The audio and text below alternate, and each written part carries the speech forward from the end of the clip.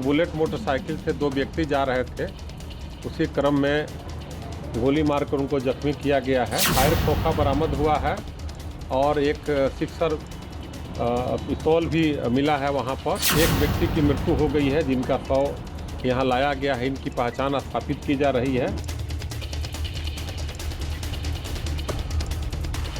नमस्कार, आप देखना शुरू कर चुके हैं लाइव सिटीज को। मेरा नाम अभिषेक है। बिहार में एक बार फिर बड़ी वारदात हुई है। आपको बता दें कि बिहार में बड़ा गोलीकांड हुआ है। बिहार में दो लोगों को सरेआम गोली मारी गई है, जिसमें से एक की मौत हो गई है। तो बिहार में नई सरकार को खुली चुनौती दी गई है, एक तरीके से कहें, क्योंकि दो लोगों को एक साथ गोली मारी गई है।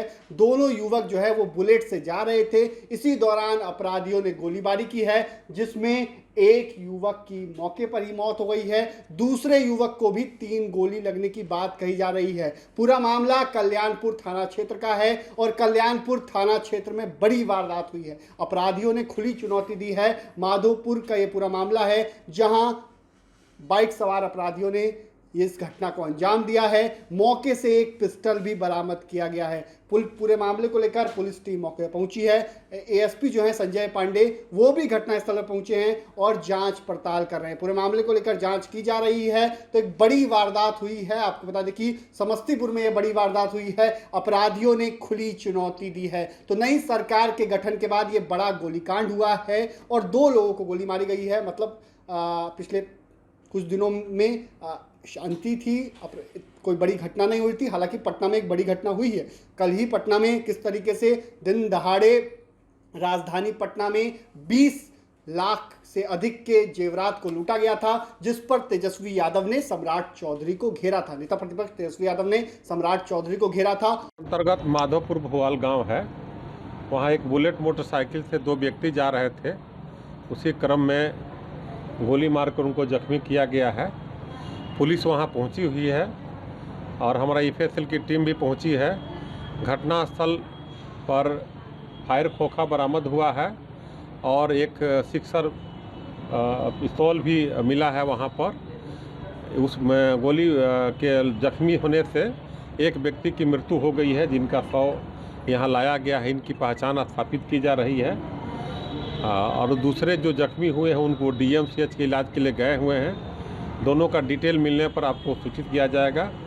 तत्काल इनके बारे में भी पता किया जा रहा है और इनसे किसी से दुश्मनी थी या किस परिस्थिति में इनकी हत्या हुई है, इसका के लिए हमारी टीम काम कर रही है। वहाँ जैसे ही पूर्ण जानकारी मिलेगी आपको दी जाएगी। मृतक को कितने गोली लगी? मृतक के शरीर पर चेहरा के सामने गोली मारी गई है।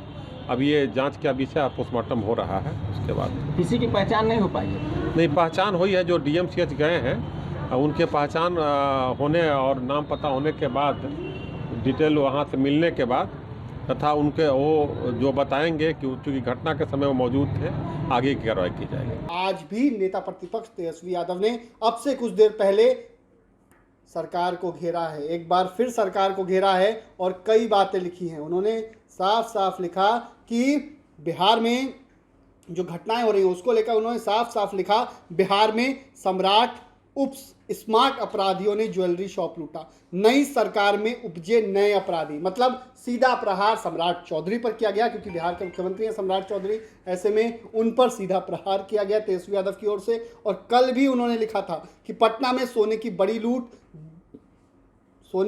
लूट उन्होंने लिखा और कहा कि बिहार में बीजेपी के मुख्यमंत्री बनते ही अपराधियों की मौज।